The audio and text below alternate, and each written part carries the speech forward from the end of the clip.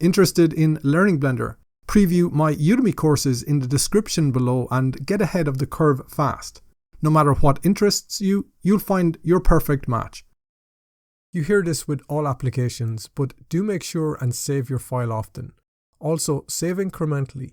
Blender provides a useful feature for saving incrementally, so no excuses. It's also a really good habit to get into. We can first come to File and Save. This opens a file browser.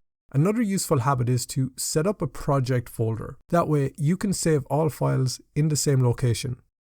Here, I've created a new project folder.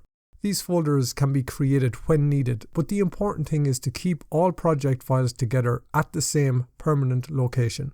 That way, files aren't deleted or moved independently and links don't get broken. So now is a good time to set up your project folder. Name the folder something you will recognize. Inside this project folder, we can create a new folder to store blend files. Rename this one Blend Files. Double-click inside here. In the name field, choose something that makes sense, but make sure to add an underscore 001.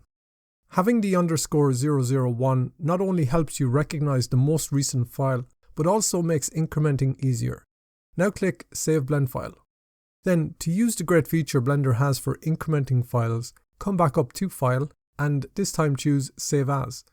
This opens back up the file browser. The name field is highlighted red to indicate this name is already used, and we'll save over this file unless the name is changed. At the back of the name field is a plus and minus. If we click the plus, the suffix underscore 001 increases to underscore 002. That way, you can easily save incrementally. Really important.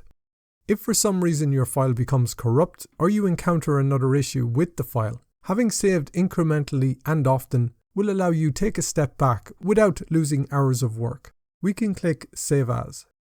Now you know how that works. The next time, all you need to do is come to File and down here to Save Incrementally. Blender will increase that file number by 1 automatically.